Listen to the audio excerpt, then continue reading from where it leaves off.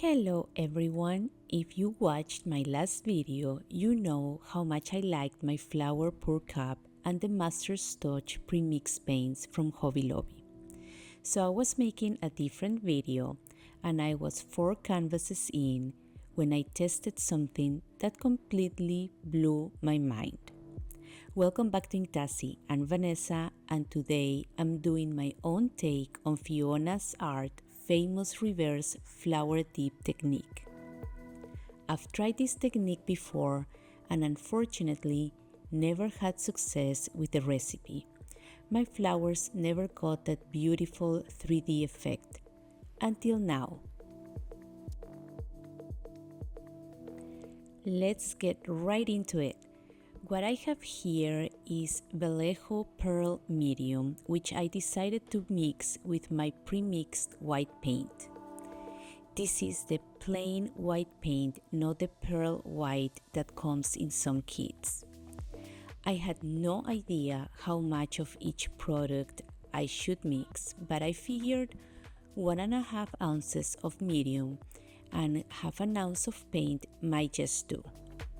To be honest, this was my 4th canvas of the day, and after playing with the skewers, color combinations, and different techniques, I was tired and didn't expect this to work. I was just curious to see what results I would get. I said one more, why not?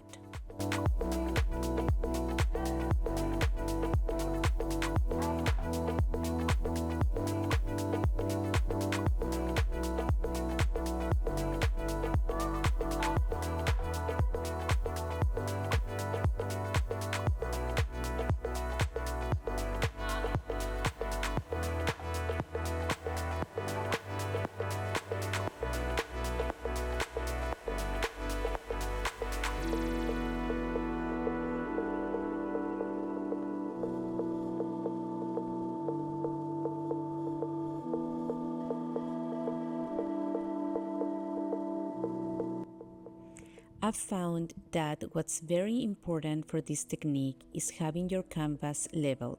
The slightest move, spin or tilt will distort the petals and there is no way to fix them. Watch me later forget my own advice. I started by laying down a pillow of paint. This color is pearl white and I wanted to stretch it thin.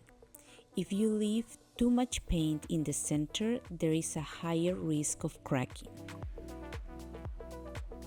I have no idea what got into me, but I thought it would be a good idea to layer some gold on top of it. And for good measure, I then decided to swipe. I think my idea was to keep the flower in the center of the canvas and have some sort of background on the outside. I might have to try this idea again in a future video.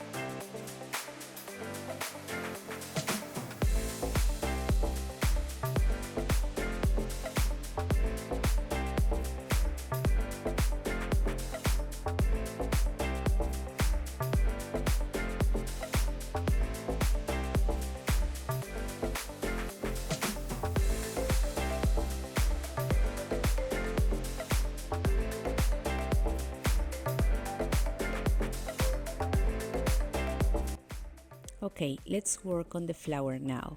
I didn't have a plan, so I started layering colors. The first one was pearl red, followed by silver,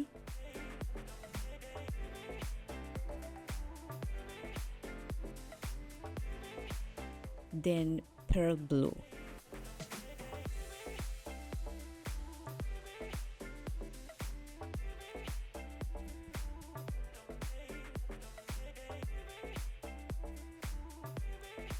And at this point, I remembered my Vallejo mix.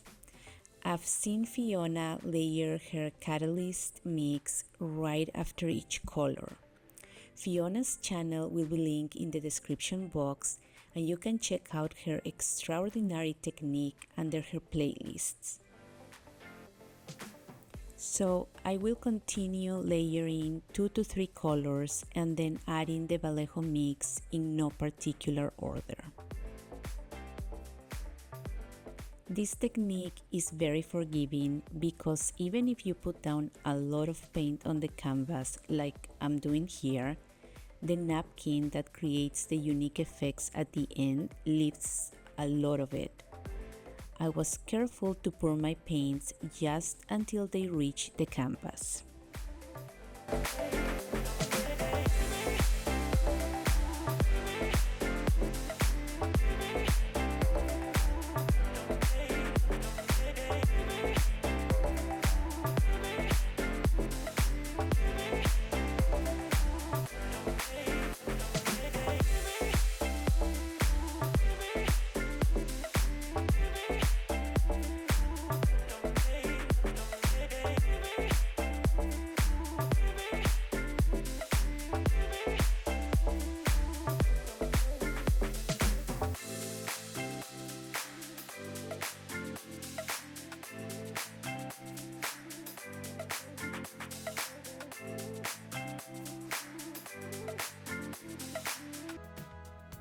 I held my breath while lifting up the cup, and then it was time to play with the skewer.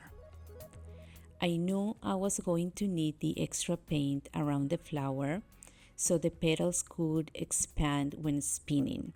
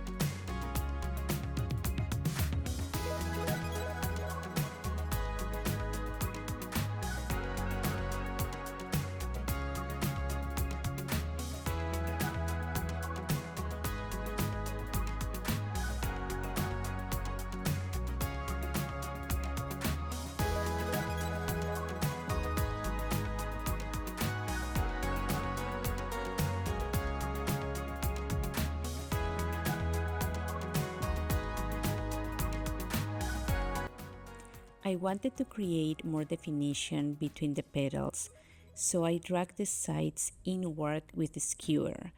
Just make sure to wipe your tool after each drag to avoid color contamination.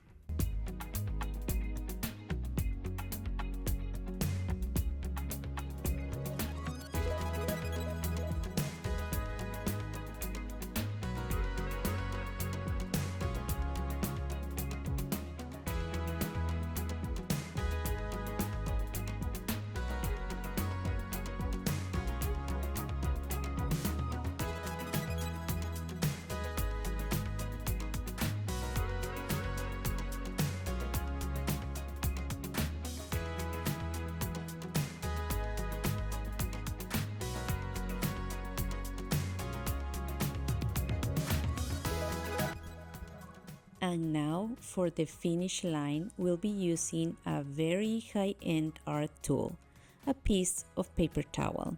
If you're wondering what brand I'm using, it's Viva. I detached 2 pieces and made an even square, which I sprayed with water. Sorry this part is off camera, but remember, you're not supposed to move your flower. Lay the very wet paper towel over the canvas, and softly press down to make sure it's picking up all the paint. And then carefully lift the corners and off the canvas it goes.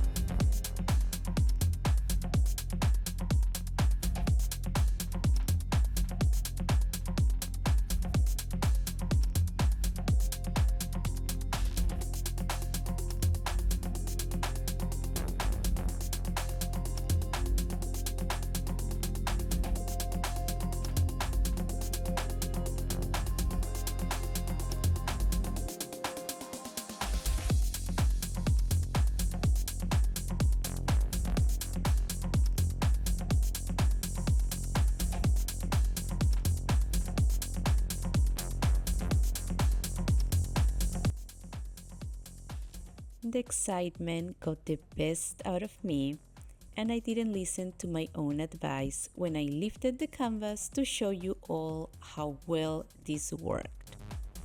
No worries, nothing happened to the piece. We still have a little more work to do because the excess paint needs to be stretched, but just a couple of gentle spins will do. I'm no expert in this technique, and this wasn't one of my regular step-by-step structured tutorials, so I apologize if you were expecting that. I wanted to walk you through my thought process while doing this technique because I was excited to have found such a simple recipe that works and couldn't wait to share it with all of you. If you've been trying to create this and haven't been successful, I encourage you to try it. It's absolutely stunning, and all you have to do is mix one color with the medium.